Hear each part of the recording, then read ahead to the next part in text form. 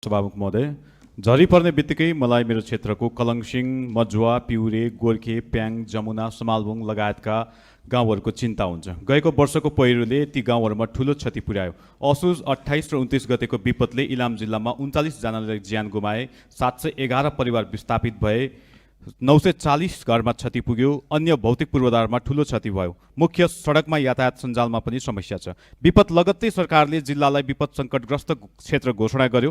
पुनर्निर्माण र पुनर्स्थापनामा 11 अर्ब 81 करोड रुपियाँ भन्दा बढी लाग्ने अनुमान छ, तर 5 करोड 30 लाख मात्र सरकारले विनियोजन गरेको छ। त्यसबाहेक प्रगति के भएको छ भन्ने जानकारी छैन। 1 वर्ष बित्न लाग्यो, पुनर्विपदको मौसम सुरु हुँदैछ। त्यसैले विपद पीडितलाई पुनर्स्थापना र व्यवस्थापन, विपदको पूर्व तयारी, मेची राजमार्ग, चिसापानी राजद्वाली खण्ड, बिर्तामोड बेलासे सहितका सडकको समस्या समाधान लगायत अन्य आवश्यक विषयमा सरकारले कार्य अविलम्ब अगाडि बढाओस्। माननीय सभामुख महोदय मार्फत म माग गर्दछु। धन्यवाद। जय नेपाल।